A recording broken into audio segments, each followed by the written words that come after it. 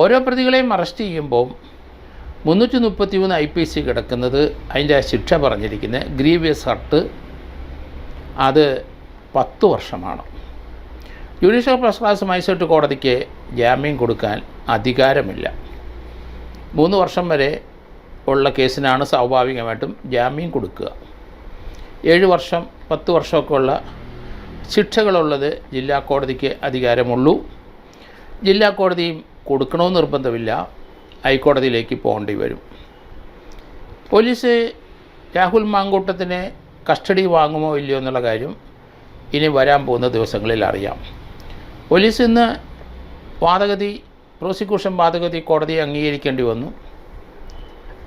രാഹുൽ മാങ്കൂട്ടത്തിന് ഹോസ്പിറ്റലിൽ അഡ്മിറ്റായി ചികിത്സിക്കേണ്ട ശാരീരികമായ പ്രശ്നങ്ങളുണ്ട് എന്ന് കോടതിയിൽ വാദിച്ചു. കൻ്റോൺമെൻറ്റിലെ SHOയുടെ പരിക്കിൻ്റെ സർട്ടിഫിക്കറ്റും കോടതിയിൽ ഹാജരാക്കിയിട്ടുണ്ട്. അതുപോലെ തന്നെ രാഹുൽ മാങ്കൂട്ടം ഇപ്പോൾ ഹോസ്പിറ്റലിന് വീട്ടിലോട്ട് ചെന്നതേ ഉള്ളൂ. അതുകൊണ്ട് അടുത്ത ട്രീറ്റ്മെൻറ്റിന് അദ്ദേഹം ട്രിവാൻഡ്രത്തെ പ്രൈവറ്റ് ഹോസ്പിറ്റലിൽ വരണം. മാരകമായ അസുഖം അദ്ദേഹത്തിനുണ്ട് എന്ന് വാദഗതി കോടതിയിൽ ഉന്നയിച്ചു പ്രതിഭാഗം. അതുകൊണ്ട് കോടതി ഇമ്മീഡിയറ്റായിട്ട് പോലീസിൻ്റെയും അത് ഹാജരാക്കിയ മെഡിക്കൽ സർട്ടിഫിക്കറ്റോ പ്രതിയുടെ ഭാഗം ഹാജരാക്കിയ പ്രതി സർട്ടിഫിക്കറ്റോ പരിശോധിക്കാതെ കോടതി തന്നെ പ്രാഥമികമായ ഒരു പരിശോധന നടത്താനായിട്ട് തിരുവനന്തപുരം ജനറൽ ഹോസ്പിറ്റലിലെ അധികൃതരോട് ആവശ്യപ്പെട്ടു. രാഹുൽ മാങ്കൂട്ടത്തിനെ അവിടെ പരിശോധിച്ചു. അദ്ദേഹത്തിന് ശാരീരിക ക്ഷമതകളൊന്നും തന്നെ ഇല്ല. ഫിസിക്കലി അൺഫിറ്റ് എന്നുള്ള സർട്ടിഫിക്കറ്റ് കോടതി കണ്ടു. അതുകൊണ്ട് അദ്ദേഹത്തിൻ്റെ ജാമ്യം നിഷേധിച്ചു. 10 വർഷം വരെ ശിക്ഷ ലഭിക്കുന്ന 333 കിടക്കുന്നത് കൊണ്ട് ആ കോടതിക്കിനി ജാമ്യം കൊടുക്കാൻ കഴിയില്ല. ഫസ്റ്റ് ക്ലാസ് കോടതിക്ക്. സെഷൻസ് കോടതി ജാമ്യം കൊടുക്കണമെന്ന് നിർബന്ധമില്ല, കോടതിയുടെ ഡിസ്ക്രിഷനാണ്. അതേസമയത്ത് 14 ദിവസം ഇപ്പോൾ റിമാൻഡ് ചെയ്തിരിക്കുന്നതുകൊണ്ട് പോലീസ് കസ്റ്റഡിയിൽ ചിലപ്പോൾ ആവശ്യപ്പെടാം 3 ദിവസത്തേക്ക്. എന്തായാലും പോലീസ് കസ്റ്റഡി ആവശ്യപ്പെട്ട്, കാരണം അവിടെ വലിയ കൊടി ചുറ്റാനാണ് എന്ന് പറഞ്ഞ വലിയ പട്ടിക കഷ്ണങ്ങൾ ഈ യൂത്ത് കോൺഗ്രസ്സുകാർ കൊണ്ടുവന്നിരുന്നു എന്ന് FIR പറയുന്നുണ്ട്. അങ്ങനെയെങ്കിൽ അതൊക്കെ റിക്കവർ ചെയ്യേണ്ടി വരും. രാഹുൽ മാങ്കൂട്ടത്തിൻ്റെ കൈവശം എന്തെങ്കിലും ആയുധമുണ്ടായിരുന്നോ അല്ലെങ്കിൽ കമ്പുണ്ടായിരുന്നോ വടിയുണ്ടായിരുന്നോ അറിയില്ല. പോലീസിൻ്റെ ഇൻവെസ്റ്റിഗേഷന് അവർക്കറിയാം. അതുകൊണ്ട് കസ്റ്റഡി ചോദിക്കാനുള്ള സാധ്യത തള്ളിക്കളയാൻ ഒക്കില്ല. കേരളത്തിലെ രാഷ്ട്രീയമായ പോരുവിളികൾ തുടങ്ങിയിട്ട് കുറേ ദിവസങ്ങളായി. അതിശക്തമായ രീതിയിൽ ഇരുകൂട്ടരും പ്രതികരിക്കും. ഇവിടെ കലാപകലുഷിതമായ ഒരു അന്തരീക്ഷത്തിലേക്ക് കാര്യങ്ങൾ നീങ്ങും എന്ന് തോന്നുന്നു.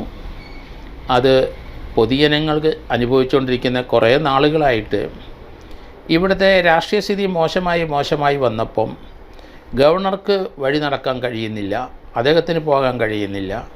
രാഷ്ട്രീയ പാർട്ടികൾ അങ്ങോട്ടും ഇങ്ങോട്ടും അവർ പരസ്പരം വെല്ലുവിളിക്കുകയും അവർ തമ്മിൽ ആക്രമിക്കുകയും അതിൻ്റെ നടുക്ക് പോലീസിൽ നിൽക്കുന്ന പോലീസിന് പല സന്ദർഭത്തിലും പരിക്കേൽക്കുകയും പോലീസ് തല്ലുവാങ്ങുകയൊക്കെ ചെയ്യുന്നത് നമ്മൾ കണ്ടു. പോലീസിനെ വെല്ലുവിളിക്കുന്ന, തല്ലിക്കൊല്ലുമെന്ന് പ്രഖ്യാപിച്ച SFIക്കാരെയും CPM ഏരിയ സെക്രട്ടറിക്കാരെയും കണ്ടു. പോലീസിനോട് ഏറ്റുമുട്ടുന്ന കോൺഗ്രസ്സുകാരെയും നമ്മൾ കണ്ടു. പക്ഷേ ഇതൊന്നും കേരളത്തിന് ആവശ്യമുള്ള കാര്യങ്ങളൊന്നുമല്ല. രാഷ്ട്രീയ പോര് അങ്ങോട്ടും ഇങ്ങോട്ടും നടത്തുന്നത് ഇവിടുത്തെ സമാധാന അന്തരീക്ഷം കെടുത്തുന്നതാകാൻ പാടില്ല. രണ്ടു കൂട്ടരെയും ഒരുപോലെ മാത്രമേ പോലീസിന് അല്ലെങ്കിൽ ഗവൺമെൻറ്റിന് ഇപ്പം കാണാൻ പറ്റുള്ളൂ. പക്ഷേ ചില പോലീസ് ഉദ്യോഗസ്ഥന്മാരും ഗവൺമെൻറ് വക്താക്കളും ഭരണകക്ഷിയെ കൂടുതലും മമത കാണിക്കുന്നതും വെളിയിൽ വരുമ്പം പ്രതിപക്ഷങ്ങൾ തീർച്ചയായിട്ടും കൂടുതൽ അഗ്രസീവ് ആകും എന്നാണ് തോന്നുന്നത്. ഏതായാലും വരും ദിവസങ്ങളിൽ ലാത്തിച്ചാർജും ടിയർ ഗ്യാസ് പ്രയോഗവും കൂടുതലായി വരും. അതിൻ്റെ ഇടയ്ക്ക് ഗവർണറുടെ ചില സഞ്ചാരങ്ങളും വരുന്നുണ്ട്. പൊതുവെ അന്തരീക്ഷം വളരെ കലുഷിതമായിട്ട് തന്നെ എനിക്ക് തോന്നുന്നത്. വരും ദിവസങ്ങളിൽ കൂടുതൽ പ്രകടനങ്ങളും കൂടുതൽ വാക്കേറ്റവും കൂടുതൽ ഏറും ബഹളവും ഒക്കെ ഉണ്ടാകും എന്ന് തോന്നുന്നു.